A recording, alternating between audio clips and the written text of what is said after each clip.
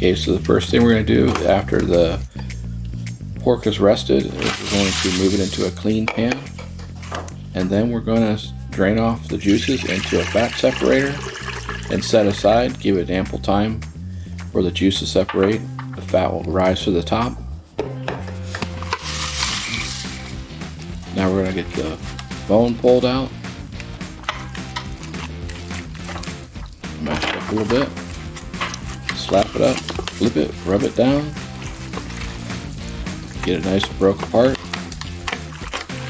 The next step is where the magic happens.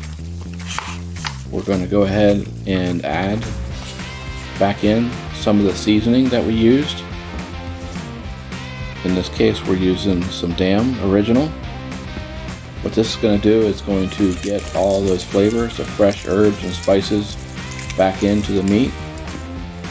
We're just going to mix it in, sprinkle a little bit more on,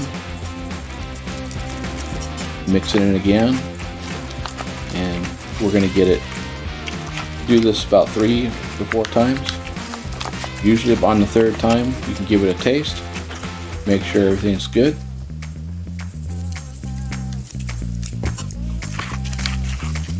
Get it nice and mixed.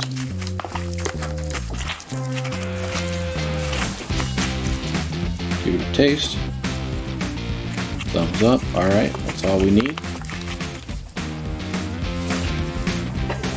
Now we're going to take that juice that we had separated. We're going to run that over the top. We don't need too much because the pork's already pretty juicy. Now we're going to make a sandwich. Get that piled on high.